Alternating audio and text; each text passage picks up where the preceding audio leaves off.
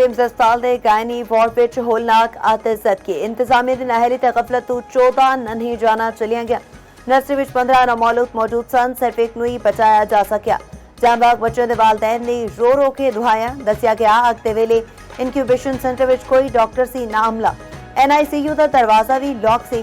بچوں دے رشتہ داروں دا کہنا ہے اگ صبح 6 بجے لگی. عملہ دسے بغیر نس گیا.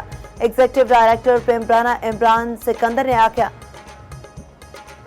غیر موجودگی دے الزام نو مسترد کر داواں. سانحے وچ جاں بھاگ بچوں دے میتاں ورثہ دے حوالے کر دتا گیا.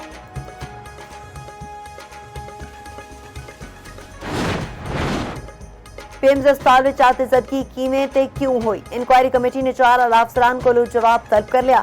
پیمز جوائنٹ ایگزیکٹو ڈائریکٹرز سمیت 4 افسراں کولو وضاحت طلب. اگ لگن دی اصل وجہ کی سی؟ افسران نو مکمل تفصیلات دسن دی ہدایت. 4 اعلیٰ افسران نو تحریری بیان جمع کران دی ہدایت. افسراں کولو واقعے دی وجوہات تے مستقبل دے لاہے عمل تے بھی جواب طلب.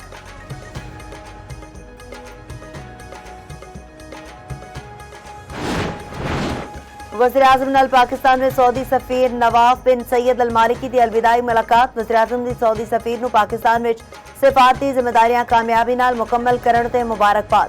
وزیراعظم نے دو طرفہ برادرانہ تصوراتی تعلقات تے ہور استحکام لئی انہاں دے خدمات نو سراہیا. وزیراعظم دا خادم الحرمین شریفین تے سعودی ولی عہد لئی نیک تمناواں دا اظہار. وزیراعظم نے پاکستان لئی سعودی حمایت تے فراغ دلانہ معاونت نو بھی سراہیا. علاقہ امن و استحکام لئی سعودی عرب تے اہم کردار دی بھی تعریف.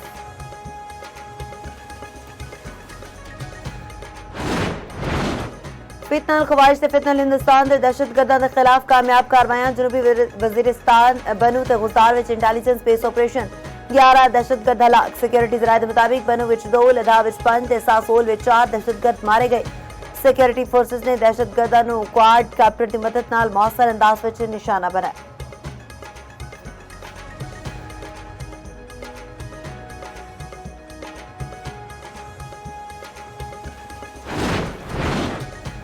تے دورہ انگلینڈ لئی پاکستان انڈر 19 سکواڈ دا اعلان. فرحان یوسف دورہ انگلینڈ لئی پاکستان انڈر 19 ٹیم دے کپتان مقرر. عبدالسبحان، احمد حسین، حمزہ ظہور، محمد سیام، محمد حذیفہ سکواڈ دا حصہ. نقاب Shafiq, Umar Zeb, Usman Khan, wicket keeper Abdul Qadir squad وچ شامل. حسین عباس ڈار تے فاسٹ بولر رضوان اللہ دے ڈیبیو دا امکان. قومی ٹیم 2 ستمبر تو 16 ستمبر تک ایک یوتھ ٹیسٹ تے 4 ون ڈے میچز کھیڈے گی.